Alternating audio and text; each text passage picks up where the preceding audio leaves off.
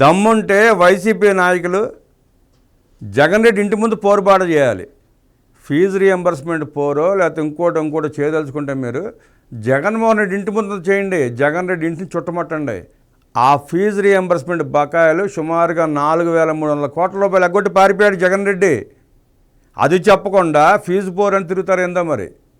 కూటమి ప్రభుత్వం వచ్చినాక సుమారుగా 800 కోట్ల రూపాయలు చిల్లర ఆ ఫీజు రియంబర్స్మెంట్ బకాయిలు చెల్లించింది. ఆ విద్యార్థుల జీవితాలతో మీరు ఆడుకుంటే కూటమి ప్రభుత్వం వచ్చిన తర్వాత నారా లోకేష్ గారు వాళ్ళకి అండగా ఉండి ఆ బకాయిలు తీరుస్తూ వాళ్ళ సర్టిఫికేట్లు ఇప్పిస్తూ వాళ్ళకి ఇబ్బంది లేకుండా చేస్తున్నాడు. ఇవాళ తగుదనమ్మా అంటూ వచ్చి ఫీజు బోర్ అంటాక సిగ్గులేదు మీకు? మీరు ఎగ్గొట్టి పారిపోయిన డబ్బుల కోసం మీరు పోరుబాటు చేయడం ఏంటి అర్థం కావట్లేదు జగన్ రెడ్డి గారు. ఆ విద్యార్థులను మోసం చేస్తుంది మీరు, ఆ తల్లిదండ్రులను మోసం చేస్తుంది మీరు. దాని మీదే మీరు పోరుబాటు చేయటం అంటే అసలు మిమ్మల్ని ఏ రకంగా వర్ణించాలో అర్థం కావట్లా. మీరు ఎగ్గొట్టిన బకాయిలకి మీరే పోరుబాటు చేస్తారు. మీరు రైతులు పెట్టిన శటకోపానికి మీరే పోస్టులు వేసి తిరుగుతారు. యువత పోరు పేరుతో పేటీఎం బ్యాచ్ మరోసారి కుయుక్తులు. విద్యార్థుల జీవితాలతో ఆడుకుంది జగన్ రెడ్డే. అవన్నీ మరిచి నిరసనలకు పిలుపునివ్వడం హాస్యాస్పదమని శాప్ చైర్మన్ అనిమిని రవినాయుడు ధ్వజమెత్తారు. వైఎస్ఆర్సీపీ నేతలకు దమ్ము ధైర్యం ఉంటే తాడేపల్లిలోని జగన్ రెడ్డి ఇంటి ముందు పోరుబాట నిర్వహించాలని శాప్ చైర్మన్ అనిమిని రవినాయుడు సవాల్ చేశారు. విజయవాడ గురునానక్ రోడ్లోని ఎంపీ కేశినేని శివనాథ్ కార్యాలయంలో నిర్వహించిన విలేకరుల సమావేశంలో రవినాయుడు మాట్లాడారు. ఈ నెల 12న వైఎస్ఆర్సీపీ చేపట్టే యువత పోరు కార్యక్రమం పోస్టర్ను వైసీపీ దొంగల ముఠ అంతా కలిసి విడుదల చేశారని దుయ్యబట్టారు. నిజంగానే దొంగల ముఠ అది కాదు. మా రవినాయుడు గారు ఇంకో పదం మర్చిపోయాడు, దండుపాళెం బ్యాచ్. దొంగల ముఠకు మించిన దండుపాళెం బ్యాచ్.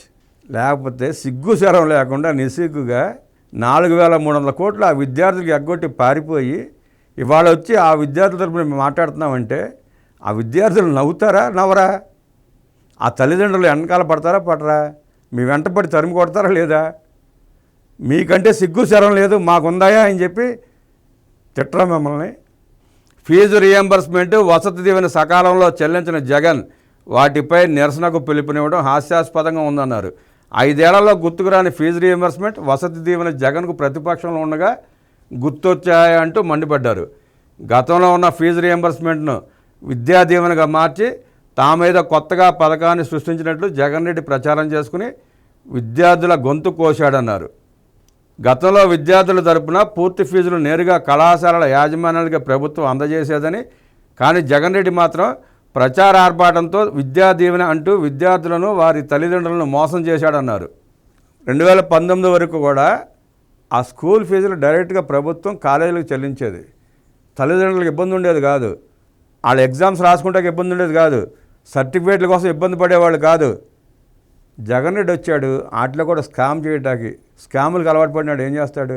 ప్రతి పథకంలో స్కాములు ఎత్తుకుంటాడు, ప్రతి పథకంలో దోపిడీ ఎత్తుకుంటాడు.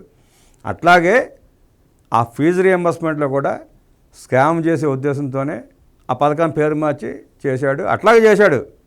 ఏ తల్లికి సరిగ్గా ఇవ్వాల. బటన్ నొక్కాడు కానీ అక్కడ డబ్బులు రాలా. ఇక్కడ బటన్ నొక్కితే పేదవాడి సంక్షేమానికి వెళ్ళాల్సింది పోయి తాడేపల్లి ప్యాలెస్కి చేరినాయి ఏంటో డబ్బులు. మీ పేరు మీద బటన్ నొక్కానని చెప్పి పేపర్లో యాడ్ ఇచ్చుకున్నాడు. ఆ యాడ్ డబ్బులు ప్రజల డబ్బులు సాక్షికి వెళ్ళినాయి. ఈయన బటన్ నొక్కితే ఆ డబ్బులన్నీ తాడేపల్లి ప్యాలెస్కి చేరినాయి. అవి కూడా సకాలంలో వారి ఖాతాల్లో వేయకపోవడంతో విద్యార్థులను కళాశాల యాజమాన్యాలు వేధింపులకు గురి చేశాయి. కొన్ని చోట్ల హాల్ టికెట్లు నిలిపివేసి పరీక్షలు రాయనివ్వకుండా విద్యార్థులను వేధించినప్పుడు వారి ఆర్తనాదాలు జగన్కు వినిపించలేదా అంటూ మండిపడ్డారు. 2014-19 టీడీపీ పాలనలో ఏటా 16 లక్షల మంది విద్యార్థులకు ఫీజు రియంబర్స్మెంట్ ఇస్తే జగన్ రెడ్డి పాలనలో కేవలం 9 లక్షల మందికి, అది కూడా విడతల వారికి ఇచ్చి దాదాపు 7 లక్షల మంది పేద విద్యార్థులను మోసగించాడన్నారు. విద్యా దీవెన అని గొప్పలు చెప్పి తల్లిదండ్రులతో అప్పులు చేయించి విద్యార్థులను ముప్పు తిప్పలు పెట్టి వారిని మానసిక శోభకు గురి చేసిన నీచుడు జగన్మోహన్ రెడ్డి అన్నారు. ఫీజు రియంబర్స్మెంట్ ఇప్పుడు ఇంతకుముందు చెప్పుకున్నాం. చంద్రబాబు నాయుడు గారు డైరెక్ట్ కళాశాలకి ఇచ్చాయి. జగన్ రెడ్డి వచ్చి తల్లిదండ్రులని పేరు మార్చి వాళ్ళని మోసం చేయడానికి, ఆ తల్లుల్ని ఆ కుటుంబాలను మోసం చేయడానికి పేరు మార్చాడు. బటన్ నొక్కుతా అన్నాడు. బటన్ నొక్కింది లేదు, పెట్టింది లేదు. 5 ఏళ్ల పాలనలో 3 సార్లు 4 సార్లు మించి ఇవ్వాల. అన్నీ ఎగ్గొట్టడమే. ఆ ఇచ్చిన 15,000లో కూడా మళ్ళీ 2,000 కమిషను నొక్కి 13,000 ఇచ్చారు. ఆ సంగతి కూడా విద్యార్థులకు ప్రజలందరికీ తెలుసు. మీరు గమనిస్తే ఎప్పుడు కూడా తల్లిదేవున సకాలంలో ఇవ్వాల. నెల మధ్యలోనో నెలాఖరులోనో డబ్బులు టైట్గా ఉన్నప్పుడు బటన్ నొక్కటం, ఆ డబ్బులు రావటం, ఆ ఇంట్లో ఉన్న వేరే అవసరాలకు వాడుకోవటం, లేదంటే ఆ ఇంట్లో ఉన్న మగవాళ్ళు జగన్ రెడ్డి బుడ్డి తెలుసుగా, ఆ బుడ్డి తగలేయడం తీసుకెళ్ళి ఇంట్లో వాళ్ళని కొట్టి హింసించి లాక్కెళ్ళిపోయి తాగేసిన రోజులు చాలా ఉన్నాయి. రాష్ట్రం గగ్గోలు పెట్టింది. నేను నీలి మీడియా రాయలేదు కానీ మిగతా అన్ని ఛానల్స్లో, అన్ని మీడియాలో, అన్ని పత్రికలు వచ్చింది ఆ వార్త. నువ్వు తల్లిదేవుని ఇవ్వటం, ఇంట్లో ఆడాలను కొట్టి మగవాళ్ళు డబ్బులు లాక్కుని పారిపోవటం, నీ బుడ్డికి తగలేయటం, మళ్ళీ అవన్నీ నీ ప్యాలెస్కి చేరటం.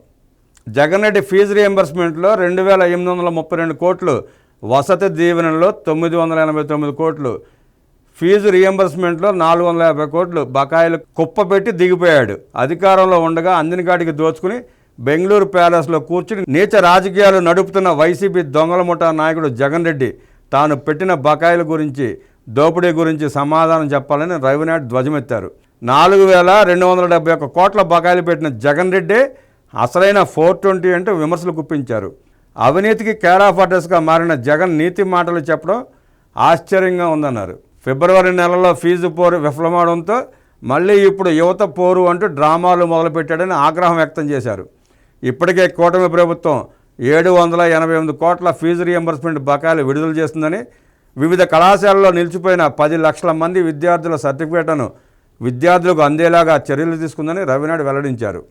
విద్యార్థులను ఫీజుల కోసం ఇబ్బంది పెడితే చర్యలు తీసుకుంటామని కాలేజీలకు ఆదేశాలు ఇచ్చామని, 2024 జనవరిలో విడుదల చేయాల్సిన ఫీజు రియంబర్స్మెంట్ బకాయిలను జగన్ ఇవ్వకుండా ఎగ్గొడితే విద్యాశాఖ మంత్రి నారా లోకేష్ ఆ బకాయిలు విడుదల చేస్తూ విద్యార్థులకు ఇబ్బంది లేకుండా చేస్తున్నారన్నారు.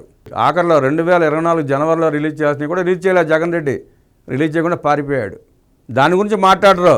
ఆ వైసీపీ నాయకులు కొంచెం కూడా సిగ్గులేదు. వాళ్ళకి సిగ్గు సరళ లేకుండా మాట్లాడతారు. మళ్ళీ మైకుల ముందుకు వచ్చి అవి ఉంటే అసలు ఆ పార్టీలు ఎందుకుంటారంటారా? అది కూడా కావచ్చు. వైసీపీ నేతలకు ఏమాత్రం దమ్ము ధైర్యం ఉన్నా బకాయిలు ఎందుకు పెట్టావని జగన్ రెడ్డిని ప్రశ్నించాలని, జగన్ రెడ్డి ఇంటి ముందు ధర్నా దిగాలని పిలుపునిచ్చారు. అంతేగాని కూటమి ప్రభుత్వాన్ని నిందించే ప్రయత్నాలు చేస్తే పరిణామాలు తీవ్రంగా ఉంటాయని హెచ్చరించారు. విద్యార్థుల భవిష్యత్తుకు కూటమి ప్రభుత్వం కట్టుబడి ఉందని, జీవో 77, జీవో 117 రద్దుకు, మెగా డిఎస్సి నోటిఫికేషన్ విడుదలకు ప్రభుత్వం కృషి చేస్తోందన్నారు.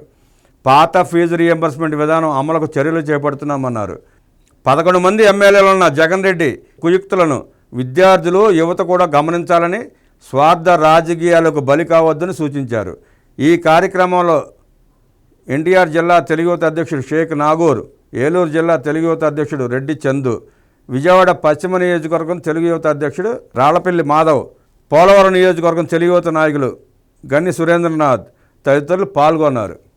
ఇప్పుడు చెప్పాలి ఆ విద్యార్థులు తల్లిదండ్రులు 420 ఎవరో. జగన్ రెడ్డి ఎంత 420నో రేపు మీరు ప్లే కార్డులు పెట్టి జగన్ రెడ్డి ఇంటి ముందుకెళ్ళి కూర్చోవాలి. మా ఫీజు రియంబర్స్మెంట్ ఎగ్గొట్టి మాకు ఇవ్వకుండా మళ్ళీ పోరుబాట ఏందయ్యా? నీకంటే పని పాట లేదు.